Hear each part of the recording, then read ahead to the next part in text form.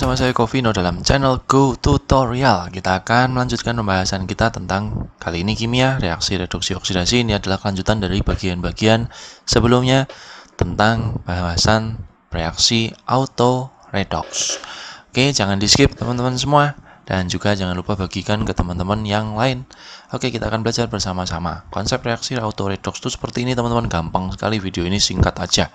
Ya, jadi kalau reaksi teman-teman sudah bicara reaksi redox di bagian-bagian sebelumnya, ya ada minimal satu reduksi dan satu oksidasi. Tetapi dalam reaksi ini yang menjadi reduksi dan oksidasinya itu yang mengalami adalah senyawa yang sama. Ya, nah ini disebut dengan reaksi auto redox. Nah, reaksi auto redox ada dua teman-teman.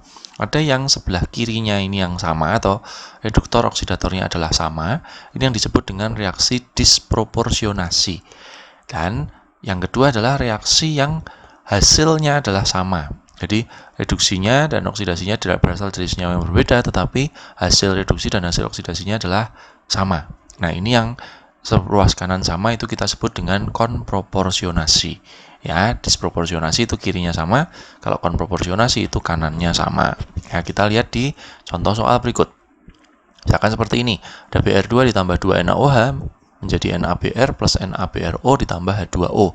Di sini sudah tertulis bilangan oksidasi masing-masing, ya. Ternyata Br ini mengalami reduksi ke sini, tapi dia juga mengalami oksidasi ke sini. Nah, ini contoh reaksi auto redox atau yang tadi kita sebut dengan disproporsionasi. Ya, jadi jenis reaksinya adalah jenis reaksi disproporsionasi. Ya, dan di situ oksidatornya adalah yang mengalami reduksi, tentu saja Br ya. Sedangkan reduktornya juga sama ya, Br juga. Tapi hasil reduksinya adalah NaBr. Sedangkan hasil oksidasinya adalah NaBrO. Seperti itu ya teman-teman ya. Oke, contoh lagi misalkan seperti ini.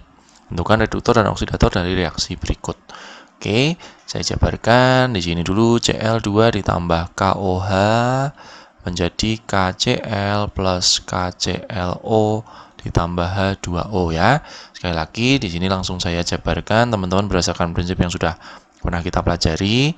Jadi Cl di sini adalah punya bilox 0, sedangkan K itu adalah plus 1, O itu min 2, H-nya plus 1. Di sini K-nya plus 1, Cl-nya min 1. Di sini K-nya plus 1 ya.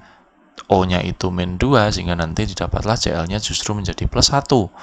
Di sini plus 1, di sini min 2. Dari sini kita dapatkan Cl-nya ternyata berubah menjadi dua sisi ya. Di sini Cl-nya berubah dari 0 menjadi min 1. Ini mengalami reduksi, tapi dia juga berubah menjadi plus 1. Ini mengalami oksidasi ya.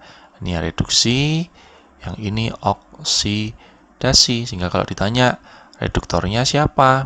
Reduktor adalah zat yang mengalami oksidasi, sedangkan oksidator adalah zat yang mengalami reduksi. Nah, karena kebetulan ini berasal dari zat yang sama, maka reduktor dan oksidatornya adalah sama-sama Cl2. Dan nanti kalau ditanya hasil oksidasi dan hasil reduksinya, teman-teman bisa langsung menyebutkan seperti yang sudah kita jabarkan. Ini konsep tentang reaksi auto redox. Sangat sederhana dan teman-teman pasti bisa kalau melihat video ini dari awal hingga akhir.